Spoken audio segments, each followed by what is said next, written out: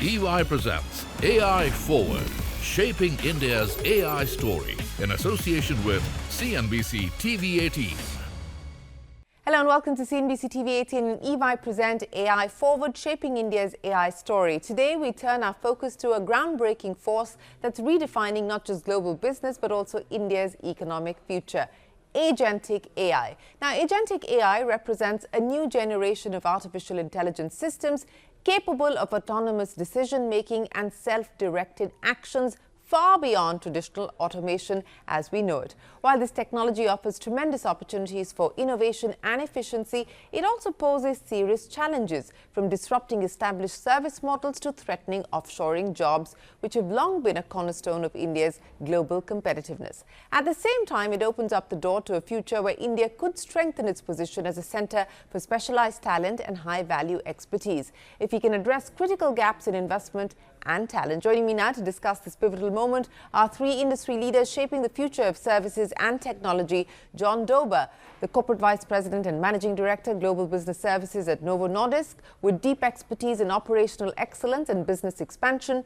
Singavarelu Ekambram, Global Head of Delivery at Cognizant Americas, a global transformation leader driving scale and efficiency across markets. And Mahesh Makhija, Partner Technology Consulting at EY India, focused on emerging technologies and enterprise scale digital strategy. Mahesh, let me start by asking you, as I pointed out at the start of the program, no conversation today is complete without a conversation around AI, and specifically now agentic AI. I think 2025 really has been the year as far as bringing momentum to agentic AI is concerned. Let's start by encapsulating what the key trends are on the adoption of agentic AI and, more importantly, the runway for growth. Yeah, thanks, Shireen. And yeah, you're right. Agentic AI has kind of really taken the conversation and a lot of the workflows and clients also by storm. I think just take a step back. What do we mean by agentic AI, right? We're talking about cases in which there's long-running workflows. You have an agent which, with very low prescription, go off and do things for you. It can go do research. It can go figure out inventory, promise, look up pricing, promise sales to a customer. This is different from the reactive chatbot era. We were in 23 and 24, right, where it was very simple question answer. Now it's long-running tasks. It's about goal-oriented behavior. It's collaboration, and it's working in the enterprise environment. So this is really becoming something which clients are taking very seriously. In terms of trends, I think, and IT services is exactly ground zero for this. There's now coding agents which can do long-running tasks. You can give it work. It will go and work for like a day-long amount of work, comes back with the results, and then you can guide it as it goes along. So there's a massive opportunity for figuring out how this can improve productivity and just increase the quality and efficiency of what gets done in the enterprise. Let me bring Velu into the conversation. Velu, I've just come back from the Valley, and I had the opportunity to actually visit Cognizant's offices in the Valley. And that's where a lot of your work around AI agents is on at this point in time. So I think from the outside, the perspective is that will the Indian IT services sector be able to endure the onslaught of an agentic AI era? And what are services companies like yours doing to ensure that you are not disrupted, but in fact, you play disruptor? Let me start by asking you that. Thank you, Shireen. I will say that we are extremely optimistic about the opportunities that are presented to us through this agentic AI evolution that's happening in the industry today, especially from an Indian context. It is going to be not fewer jobs. It's going to be a very different set of jobs that are going to be happening in the days to come. Obviously, the skill profile will change. That is for sure. There is no doubt about it. But it is going to be an equalizer, right? So, if you look at the segmentation of the coders that you have in the industry today, you may have no coder, low coder, and pro coders. But what will happen is with the agentic AI evolution and the Gen AI evolution that's happening, the gap between these three segmentation will actually narrow down. That's going to be the trend that you're going to see. And also it presents a great opportunity for us to create foundational elements such as data and cloud. That's going to be fundamental for the progress that we are going to make in the agentic AI evolution as well. And simply put it, I think things are going to be a little different from the follow the sun approach that we have currently to cover the entire 24/7. I think we will have a trend where we will have the follow the skills approach that will narrow the gap between the skills that we have today. Well, that's important, the skills aspect that you bring up, but I'll come back to you on what this segmentation that you spoke of will eventually lead us to, whether we're going to see low-coding jobs, low-coder jobs being replaced entirely by AI agents. That's, of course, the big worry, and that's the big question as well. But let me bring John into the conversation. John, at Novo Nordisk, let's understand from you how you're looking at this issue of AI agents being adopted within the workforce and within the workflow. Both Mahesh as well as Velu talked about this augmenting human beings at this point in time. How are you looking at this as both an opportunity as well as a catalyst for further growth and innovation? Thank you very much, Shirin, and you're right. It's a super exciting time for us. As a pharmaceutical company, and a shared service center or a business services center for a pharmaceutical company, we're looking at agentic AI in a whole array of areas.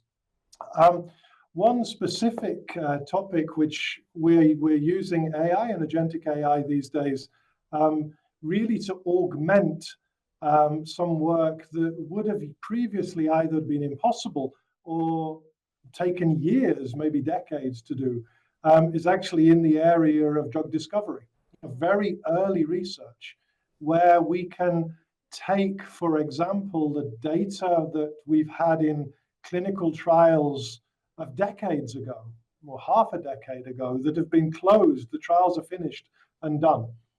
And we can use agents and a series of agents to interrogate that data in a very efficient and very fast way, to be able to look for opportunities for new drug discovery that otherwise we would not be able to do. So what it allows us to do is to make our work in the laboratory, which inevitably in drug discovery has to happen, tens of thousands of times more efficient than it ever was before, which for a purpose-led company means you can bring new medicines to the patient in a faster and more efficient and cost-effective way. So that's one way as a drug company, we're really excited about the evolution of agentic AI and generative AI. But Velu, let me come back to you. Now, what does this do now to the business model itself is concerned? What does this do in terms of how you respond to this challenge? I know that Cognizant, for instance, is working on creating its own agentic AI platforms. You also believe that these platforms need to be interoperable, to really kind of thrive and flourish in the era that we're in. So break this up for us, for our audience, of how Cognizant is approaching this internally before you talk to me about how you're approaching this externally from your client's perspective. So in terms of our internal preparation to manage this opportunity that is presented to us, in terms of skilling the people, for example, we do several things, just to give an indication. Out of 350,000 people, almost 168,000 are trained on Gen AI, and close to about another 30,000 people are trained on Agentic AI as we speak. We do that, and it's so timely. We have launched a Vibe Coding Week in July, where everyone is going to participate. It doesn't matter whether someone is a no-coder or a low-coder or a pro-coder. All of them have equal opportunity to participate in this vibe coding. And our vision is to make this as the largest vibe coding community. What it essentially means is someone who does not know coding or has never done in his life, he can actually use the tools to create an app that's going to help him in his day-to-day activities. That's going to happen. And secondly, as a company, we have capability in 3 dimensions, right? So one is the domain, the other is technology, and the third is operations. The intersection of these 3 bring a huge power in terms of how we can manage the challenges in agentic AI development. That's going to be a big winner for us. Those are a few things that we do internally. But when you think about external, there are three vectors that we are focusing on. The first vector is all about productivity. It is all about creating opportunity for us to fund, to clear a true $2 trillion technical debt that exists in our client engagements, which is number one. Number two is all about scaling and industrializing using the tools. We have a proprietary tool called the Flow Source, modernizing the cloud and data foundation. That's extremely important for us. And also integrating the Agentic AI framework with the enterprise applications that are already being used by our clients. Yeah. That's a vector two. And the vector three is all about agentification of the enterprises. And there are low-hanging fruits that are already available in the market. For example, customer experience, the HR finance. These are horizontal, the opportunities that are presented to us for us to implement Agentic AI. On the vertical side, John talked about drug discovery, the drug trial, underwriting in insurance, or supply chain management in manufacturing and retail. These are few of the things that we are heavily focusing on from an external standpoint, Shri. Well, thanks very much for articulating those three pillars that you're working on as far as your clients are concerned. But Mahesh, let me come back to you now, especially from an India perspective. What are companies telling you? What are your clients telling you today where they believe that they would like to use the power of AI agents? Are there any sectors where we're seeing an early adoption at scale at this point in time? Any industries specifically where we could qualify or classify them as early adopters? Yeah, I think financial services, Shirin, and specifically some of the NBFCs have moved really fast. So they are adopting, especially in the customer engagement area, massive use of voice-enabled AI and agentic models. So the call lands on the inbound call center, the digital agent is picking it up. It looks up the pre-offer database. It's able to have a conversation with the customer in terms of the loan, for example. And then if the loan value matches, it can write into an underwriter queue or a sales queue and call up the customer, remind for documents, take back the documents. So a massive amount of implementation of these. I'm sure you've got these calls. We all get them now from voice bots, varying degrees of capability, but the industry is moving really, really fast. So I would say customer engagement, customer service in financial services is ground zero, for this.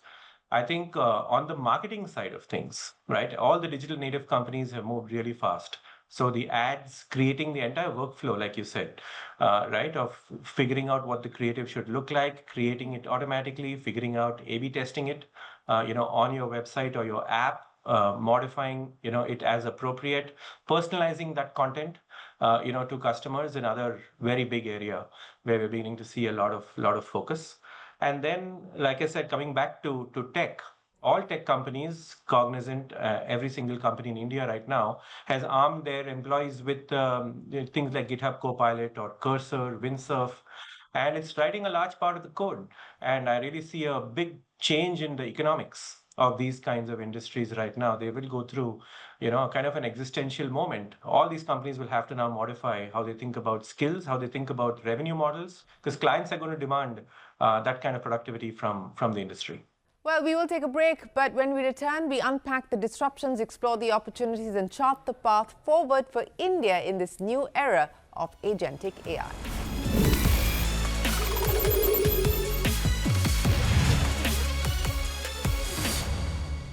Welcome back to CNBC-TV18 and EY Present AI Forward, Shaping India's AI Story. If you're just joining us, we're unpacking the impact of agentic AI on India's services sector with some of the most influential voices in business and technology. The commentary coming in from management is that we will continue to hire, and this will continue to be an industry that will support job creation. Now, when you look at commentary coming in from the West, from developed markets, it's very, very different. I mean, from Amazon to Microsoft, we've seen a significant layoff and a restructuring exercise being announced recently by Microsoft, to many others, to the CEO of Anthropic saying that, look, we're going to see a white-collar bloodbath almost. So how do you then respond to those fears, and why Indian IT seems so confident about the fact that jobs will stay? So Sharon, let me address this a little differently, right? So the skill sets that are required for the evolution of agentic AI is going to be entirely different. That's a no-brainer, right? So now there's a bit of an unlearning required. The probably the layouts that you are seeing is probably due to the fact that people who are not able to embrace the evolution of technology have no role to play. That's why we strongly feel that the college graduates who are going to join us will be very valuable for us, because their thought process and their way of embracing the new technology is going to be better than the some of the people who have uh, well tuned into the old technologies, right? So are we going to give up on them? No, I think there is this cross skilling effort, there is a upskilling effort which is going on, and that's why, like I said, even the no coders have the opportunity to scale up and work on this technologies, right? So that is one. The second is, as we scale up the organization, in terms of managing the opportunities that are presented to us in the agentic AI framework, it is not just about developing agentic AI framework for our customers. It is also about removing the technical debt that I talked about. Yeah. It's estimated to be $2 trillion, right? So there's tremendous work that's going to go on that front, number one. Number two, just imagine you need a strong foundation for creating agentic AI framework, which targets the cloud and data foundations that are needed for the enterprises. These are going to play a very, very important role in terms of presenting different set of opportunities along with the agentic AI opportunities that are presented to us. That's how I view the whole thing. Okay, John, let me come back to you now to understand what have been some of the initial challenges in adoption and how you have tried to smooth those out, where the friction continues to be a pain point at this point. Yeah, I mean, leading from the previous discussion, I think, one of the things that as a GCC we strongly believe in from an India perspective is the reason why we're here is skills and its scale. So cost doesn't really come into the equation so much these days. It's the ability to scale an organization with highly skilled employees. And yes, we might have to repurpose some of those skills, but with a growing company, with growing complexity, with growing drug pipelines in our case, I don't see a catastrophe ahead. I see an opportunity very much for India. And back to the discussion around translation, actually, Shireen, unlike many other GCCs that have multiple locations around the world for language or for time zone equivalents, Novo Nordisk doesn't. We have one here in India and a very small center in Mexico City. And I think actually this will play to an advantage for us here, because as Gen AI and Agentic AI develops, and our ability to leverage the language, the time zone, and the opportunities that brings, actually, I think that's going to grow our presence here in India. Now, back to us answering your question about the challenges. I think there are two, honestly. I think one sometimes is our own mindset.